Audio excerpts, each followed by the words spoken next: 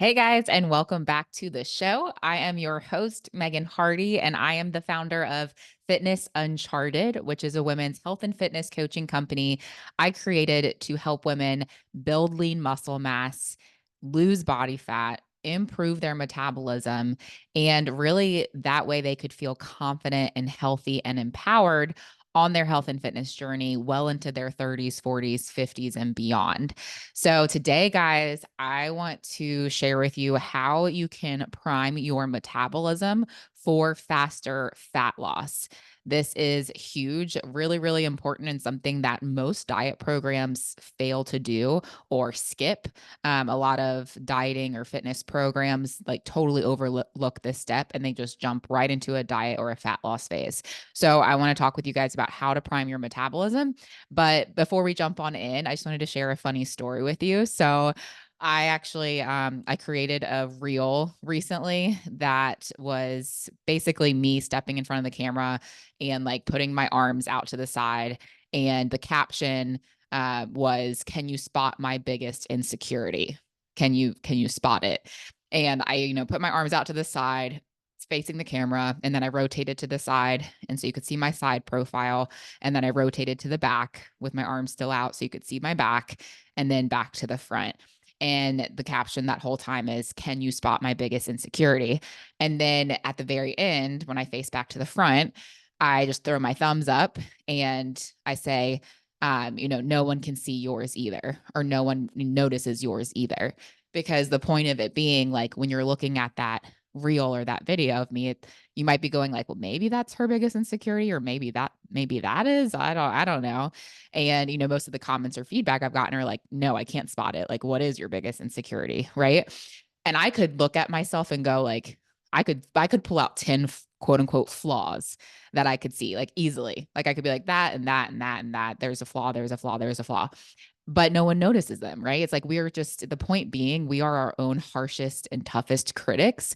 And the things that we see as flaws or the things that we're obsessing over, no one else even notices probably, or no one is thinking about. Like people are probably noticing more like, oh my gosh, I love her shirt or her dress, or oh my gosh, like her eyes are so beautiful, or like, oh my gosh, I love her accent, or oh my gosh, like she is so kind, right? But we are pulling ourselves apart, and we are really the ones like our own toughest and harshest critics. So that was the point of that reel. But the funny part that I'm laughing about is I just recently got a comment from a guy that said I think he was actually being genuine. Like, so I'm like, I take no personal offense whatsoever. Social media will make you grow thick skin anyway when you put yourself out there. But he said no breasts question mark. Like that was his guess for why I was insecure, or one of my biggest insecurities. He said no breasts question mark. And I was like, I am dying. I was like, that is so funny. Cause he was like, yeah, this girl ain't got any boobs. So is that your biggest insecurity? And I did respond back and I was like, actually, that used to be one of my biggest insecurities. Like I used to like really be insecure about my little mosquito bites on the front of my chest. And they've only gotten smaller as I've lost more body fat. So, but now I'm actually like, I'm a proud member. And that's what I responded back. I said, I'm a proud member of the IBTC, the itty bitty titty committee. Like I am the first chairman of the itty bitty titty committee, and I'm proud of it now. So I honestly don't know what I would do with big boobs. Like I have no idea how I would handle that. I have no idea. Like more power to you ladies with the big titties. Cause anyway, uh, I just have really gotten used to it. I'm like, there's a couple times or moments when I'm like, dang, just a full B cup, guys. I'm not asking for anything crazy. Just like a little bit more boob would look great in a bikini, or, great in a like backless dress where I can't wear a bra. Like just a little something, something. But I've actually gotten so used to it. And I'm like, you know what? This is the way God made me. I'm also low percent body fat for a woman, so that makes sense. I don't have as much breast tissue, and it's just whatever. Like I just gotten so used to it, and thankfully just like love my body where it's at. So anyway, but I thought that was hilarious, so I had to share with you guys because I was like, oh, called out for my itty bitty titties. So anyway, but let's jump into the topic for today. So priming your metabolism for faster fat loss. So I want to talk about this. This is actually the first phase of the Fit You program. I take most of my clients, start them here, and we'll talk about why. But I also did a poll in our free Facebook group recently, the Fitness Uncharted Facebook group. If you're not in that group, go join it now. I'm like, I don't know why you're not already in it. It's a free group. I give away a ton of nutrition and fitness resources in there. We do fun challenges in there. So go join it if you're not already in there. The link to join is in the show notes. So just scroll down and you can request to join the group. But I did a poll in there recently that asked everyone in the group if you could prime your metabolism in 4 weeks to make fat loss easier, would you do it? And the resounding answer from everyone, I think there was maybe like 2 people that were like, what does that entail? Or what would that mean? Or, some kind of response like that. But otherwise, everyone was like, yes, or heck yes, or HE double L, HE double hockey stick. Yes. Everyone was like, oh, yeah, I would totally take 4 weeks to prime my metabolism if fat loss would be easier. I mean, you listener, would you do that? Like, right? I think most of us would. We're like, okay, that's easy. That's a given. Yeah, sign me up. But my question to you, if you say yes to that, is, for some of you who have been dieting your whole life, it may take longer than 4 weeks to prime your metabolism. It may take longer than that. And my question is, would you still do it? Question to ask yourself. Would you still do it if it took you longer than 4 weeks to prime your metabolism? If it meant that fat loss would be easier and you could actually keep it off, like what would you be willing to commit to a metabolism repair phase if you knew that when you go back into a fat loss phase, it would, one, be easier, two, be quicker, and three, you could actually keep it off for life? Would you do it? And would you spend more than 4 weeks in a metabolism repair phase? And, I know we all like instant gratification and we love quick results. Like we feel motivated when we see quick changes and quick results. But my question is, how has that worked for you so far? When you've done diets that promise quick results, Optavia, which is really just eating next to nothing. So naturally you're going to see quick results, right? Like if you put yourself in a 900, and a huge calorie deficit, like 900 calories for the day, you're going to lose a lot of weight and you're going to lose it quickly. You're also going to lose a lot of muscle mass. So that's not a great thing. But people are like, oh my gosh, I lost so much weight. What a success. Oh my gosh, 6 months later, I'm heavier than I ever have been because I couldn't keep it off, right? So it's like, how has that worked for you so far when you got quick results? Like you probably had a really hard time sustaining them and may not and probably have not sustained them long term. Or have you, ask yourself that when you've done something where it's like, oh my gosh, I saw such quick results with this program. Were you able to sustain it long term? Probably not. And, so when you are thinking about a metabolism repair phase, and this is a conversation I have with all of our clients starting out, is like, hey, this may feel like the quote unquote slow route to, get you where you want to go. It may feel slow, but if you look at how many times you've dieted and failed the diet or, lost the progress that you made from some quick fix, program or diet plan, then this is actually the fastest route. Like, think about it. Like if you go, you go to do something and you can do it quickly, but you end up right back where you started and you have to do it over and over and over again. It'd be kind of like driving down the highway, and every time you drive down the highway, like your tire blows. So you have to take a pit stop or you have to go all the way back home in order to get to your next destination. It's 2 steps forward, 1 step back, versus if you actually like had good solid tires on the car before you even left, you can make it there faster versus like, driving with some like shaky, crappy tires, right? That's the best analogy I could think of that literally just came to my mind. So like this is actually like when you are working with a healthy metabolism, this is actually the fastest route to your fat loss and muscle building efforts. Sometimes you do actually have to slow down to go fast. And this is the fastest route to get you sustainable results so that you never have to diet again. And that way you can actually live in maintenance mode. And and be in maintenance and just maintain your body weight and, not have to diet or do a bunch of calorie deficits or worry about your weight for the rest of your life? How would you like to not have to worry about weight or your body composition like for the rest of your life? How freeing would that be? Would that be worth spending a little bit of time focusing on metabolism versus focusing on fat loss? If your answer is yes to that, let's continue. If no, then skip to the next episode of this podcast, which actually builds upon this episode. So it wouldn't actually do you much good. But anyway, you get my point. Like, would it be worth it to spend some time on your metabolism if it meant better results, faster results, and more sustainable results down the road? I would say yes. And this is why the first phase of the Fit You program is metabolism repair.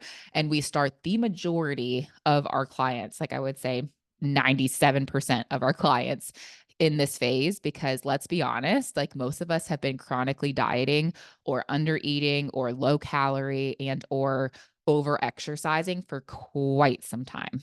Like we've probably been doing one of those things or many of those things. You might be the person that maybe you're not really being super restrictive with your calories, but maybe you're doing tons and tons and tons of cardio and all the HIIT classes and all the boot camps, right?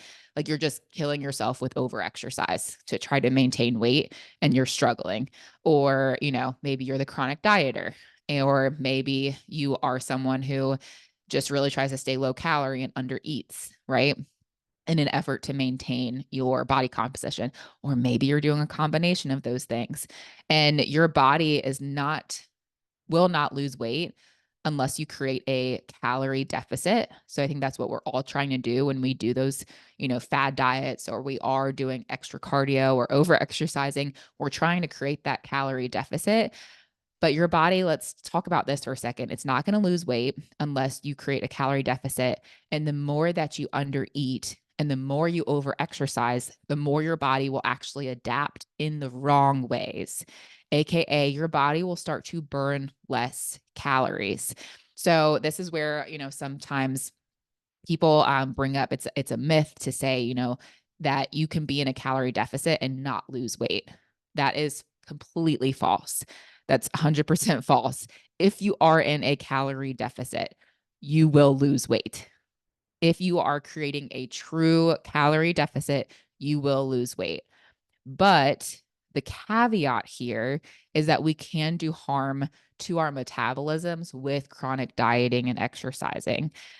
So that's where, for the people who say like, oh, I was in a calorie deficit, but I didn't lose any weight. You weren't in a true calorie deficit then.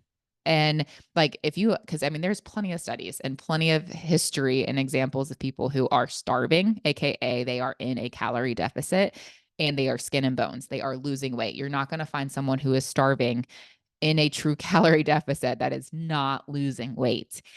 But the catch 22 or the caveat here is that the things that we do, like one, over exercising, your metabolism adapts to where you actually start to burn less calories because your body is becoming more efficient at that exercise. So when you go for runs, let's say you're, starting to get into running, you're going to burn more calories initially than if you keep, you're a long distance runner and you keep, you're running 15 plus miles every week or whatever.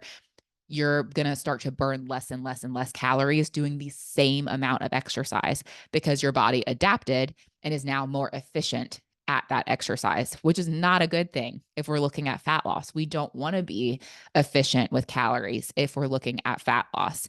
And the same is true if you've been dieting or under eating for a long time. So this is why you can't go into a fat loss phase and just diet yourself until you reach goal weight, because your body will plateau.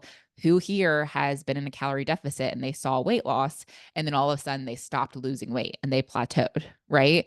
That's natural. That's your body's kind of protective mechanism of like, hey, we're not going to burn as much, even though she's exercising the same. She's still eating, lower calorie. Now we're only going to burn, let's say you're down to a 1600 calorie deficit. Okay. Now your metabolism's like, okay, we're going to down regulate and maybe just burn 1600. So you are no longer creating a calorie deficit. And that's where a metabolism repair phase comes in handy. So that's where in a metabolism repair phase, we are focused on supporting hormones. We're focused on supporting your thyroid. Thyroid is a huge factor in your metabolism. And there is a epidemic right now of thyroid issues, especially hypothyroidism, Hashimoto's. There's so much thyroid dysregulation. And it's kind of a question to ask yourself is which came first, the chicken or the egg? Do you have weight loss and fat loss issues because of thyroid issue, or did you create your thyroid issues because of chronic dieting and under eating? It's like it could go either way, right? So what we need to do to support your thyroid is also to support your metabolism and also support your gut health in a metabolism repair phase. So you should, like, the primary goal here, you guys, in this phase is let's get you to feel better. Let's get your body back to homeostasis, which is basically just a, you know, sciencey word for balance.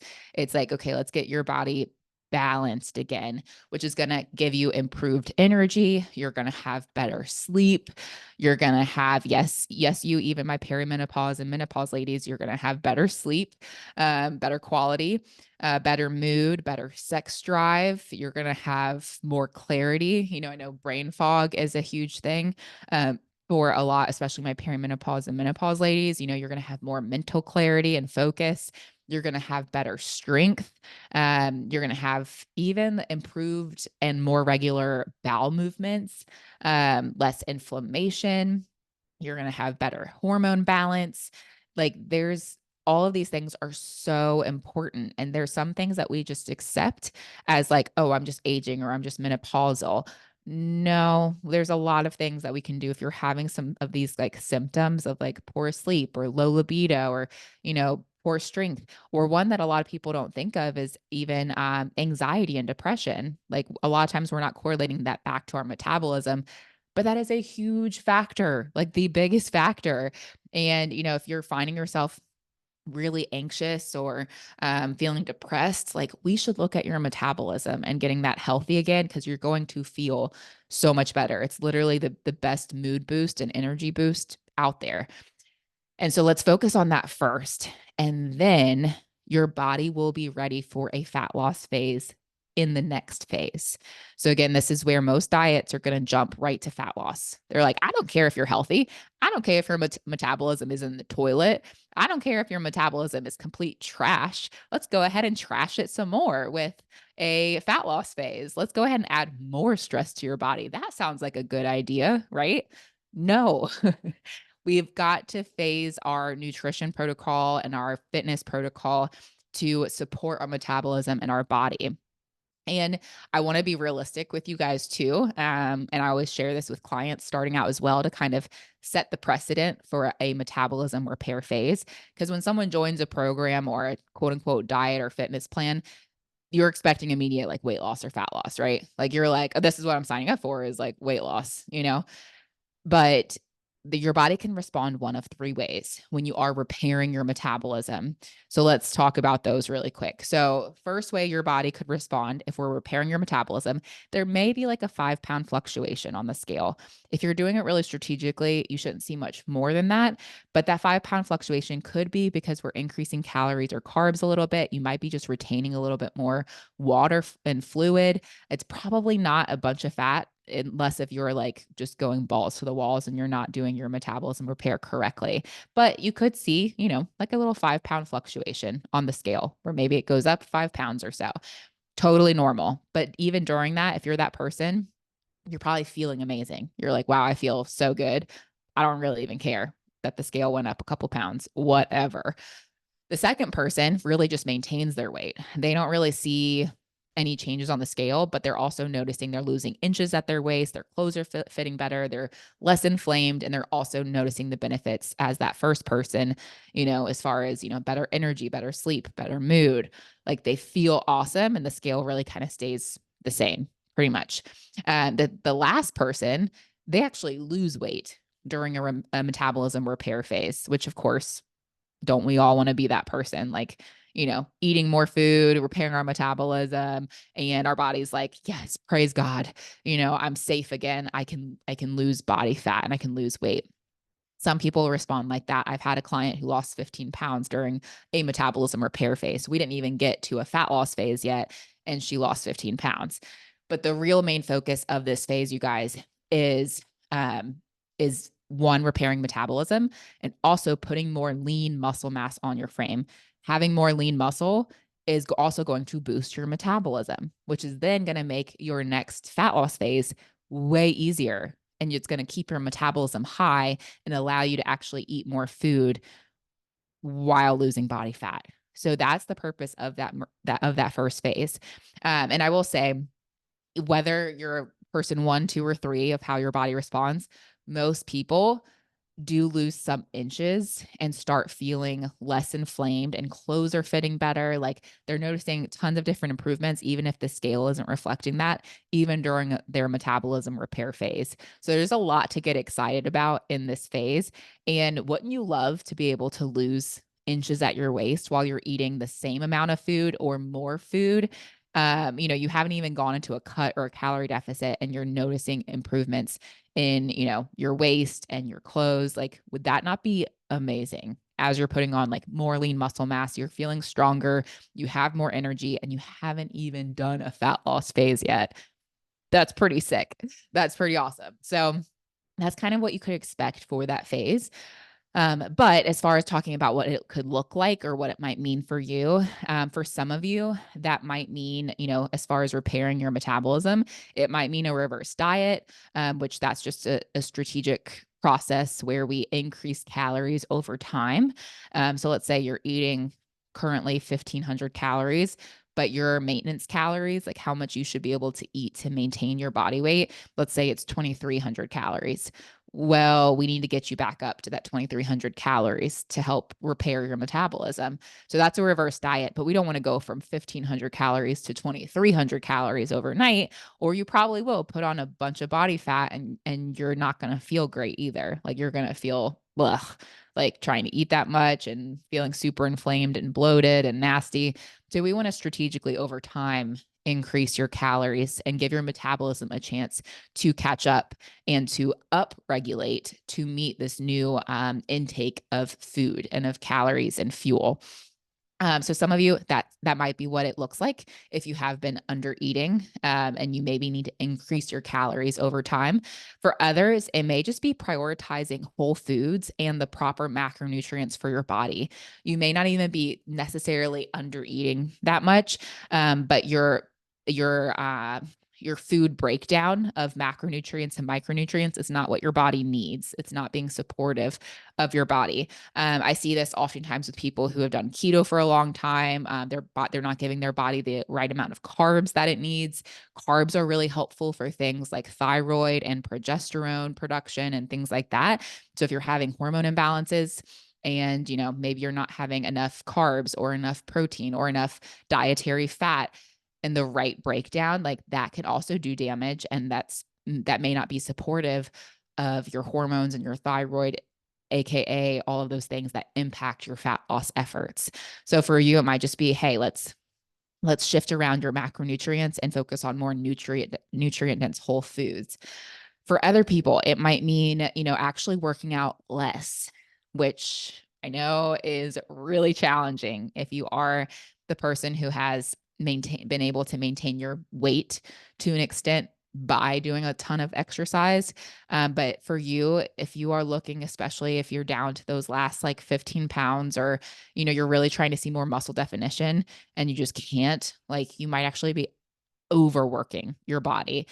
So it might mean you need to work out less or do less high intensity exercise and really focus on more of that, the LISS, or low intensity steady state exercise, things that are not so stressful on the body, like steps, just getting more steps in without, going for really brutal, like long runs, or doing CrossFit classes, or doing, really high intensity boot camps and things like that. Focusing more on that low intensity, steady state exercise, and also maybe more of an emphasis on building muscle with strength training, because that's very supportive of a healthy metabolism. Like I mentioned, the more muscle you have on your frame, the more you can kind of give your metabolism that boost. The more calories you can eat, the more you'll burn, the more, effective your body will be. So you might need to put more of an emphasis on strength training and on building muscle. Or if you're already doing that, but maybe you're overdoing it, maybe you just need to take a step back. It might mean working out less for some of you guys, which again, I know can be really challenging. It can almost be harder than adding in more working out because it's psychologically so opposite to what we think we need to do or what diet culture tells us to do. For others, it might mean looking at lifestyle factors. This is a big one. A lot of ladies I talk to, they're looking for that, like, oh my gosh, magic wand, magic pill thing. Like, oh my gosh, what is it that's wrong with me or wrong with my hormones?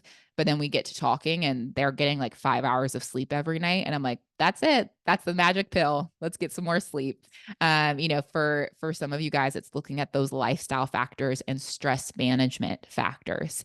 So it's really looking at the rest and recovery process because you're just overworking yourself and you've got this chronically elevated cortisol, or your cortisol is so depleted and so tanked because it had been high for so long.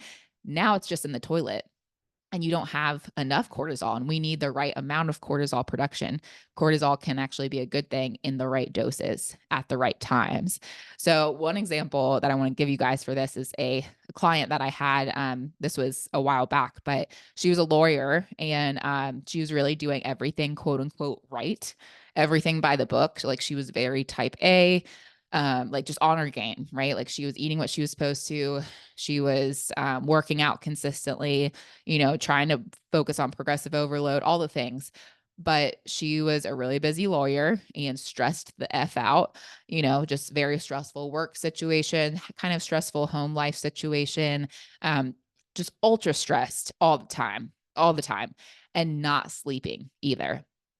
So she was not recovering. She's not sleeping, which is hugely impactful on your hormones. Like ladies who are entering perimenopause or menopause, one of the best things that you could do in preparation for that season of life is to focus on your sleep and trying to get enough sleep. Whether or not you're like getting quality sleep, we can talk about that in another episode and how to help improve that. But you're going to set yourself up for so much more success if you are getting 7+ hours of sleep every night. So for her, with the amount of stress and the lack of sleep she had, results were not happening. And that was no surprise. We had this conversation and it's like, hey, like you're going to have to change something about your life and lifestyle to help with your stress, with help with stress management and to help with your recovery, because results are not going to happen if you keep this up. And so that's the conversation you might have to have with yourself is like, what do I need to say no to? What boundaries do I need to set? How can I set aside more time for sleep and prioritize sleep, even if that means missing a workout? I would rather you get 7 hours of sleep without working out than get 5 hours of sleep and get a workout in. Like, truth be told, you are shooting yourself in the foot by not prioritizing sleep. So like we might have to look at those lifestyle factors when you start this metabolism repair phase. Those are huge and go completely underrated by most people. So, needless to say, all of that to say, to wrap this kind of up, a metabolism repair phase that can look very different for everybody. Because the thing is, your body, your hormones, your dieting history, even your lifestyle. Do you have kids? Do you have a husband? Do you, travel a lot for work? Are you, in your 60s versus your 30s? Are you like so many different factors, right? Even psychology, like your psychology might be different than the next person. Like something that works for one person, let's say one person does really well with carb cycling, and let's say the next person that's super overwhelming for them and too much. Like that metabolism repair phase and what you need individually it's going to look so different than the next person. So I kind of just gave you some examples of what that could look like. But that's where when we're starting clients out, we want to get a lot of information from them to find out, hey, where are you starting? Where is your body at right now? It's not let's fit you to some templated program, but let's fit the program to where you are at currently in your life, because you are so different than the next person. So if you want help with determining how much you should be eating and the right macronutrients for your body, like I said, that's, calories and food and nutrition is one huge piece of the metabolism puzzle. If you want help with that and figuring how much you need to be eating and of what kind of foods, then you can download my free macro guide. That's linked in the show notes. So just scroll down on this episode. You can scroll down to like click the three dots and say go to episode, and then scroll down to the bottom. You'll see the links there. And you can download that free guide. It's completely free, and it's very in depth. It's like, I think like 24 plus pages or something. So very in depth. If you have any questions about the guide, feel free to shoot me a message on social media as well. My social media handles are in the show notes. And then also, if you think you need some metabolism repair, like after listening to this episode, you're like, yeah, I probably need some loving on my metabolism. But you don't know where to start and you want help with implementing this strategy, then you can book a call with me by clicking the link in the show notes, and we can talk more about your goals and see if one-on-one coaching is right for you. Because the biggest thing here, guys, is one, having a plan, having the right plan for you versus like, throwing some spaghetti at the wall and hoping it sticks, or Googling things and, you know, finding a million different results that aren't actually tailored to you and where you're starting at. But then the next step is actually implementing a plan and staying consistent to the plan, especially when you don't see results immediately. And having that accountability can be so helpful and crucial to do that, because what I find as well is people get really nervous or anxious when they don't see instant gratification results, like a different, quick fix diet, and they just jump ship too soon. They get shiny object syndrome. They jump ship too soon before their metabolism actually has a chance to benefit from the repair that they're doing. So, if you need help with the implementation or the accountability, book a call with me and let's talk and let's see if you're the right fit for our program and if I'm the right fit for you. And let's just see, where to take you. At the end of the day, it's like it's a free strategy call. So it's like you're not going to lose anything by chatting with me. And I can at least kind of send you in the right direction. Whether or not we choose to work together, I can give you some pointers. Okay, like where to go next, what next steps to take. And then next up in this series, so we have 3 phases in our program. This is the first phase, that metabolism repair, but I'm going to do 2 more episodes talking about the next phases of the program and why you should phase your fat loss and fitness efforts.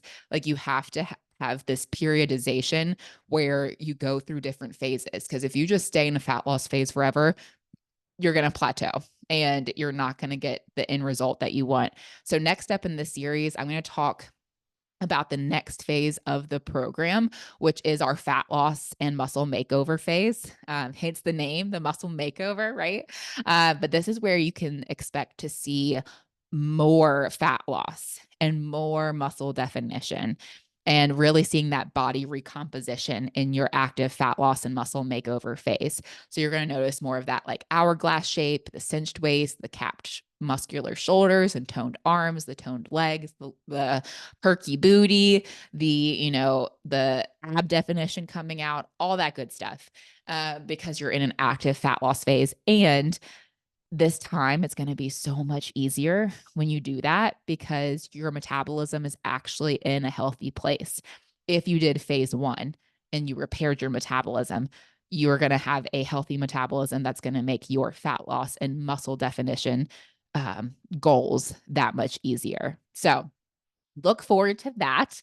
That is coming up next, and I'll catch you guys on the next episode.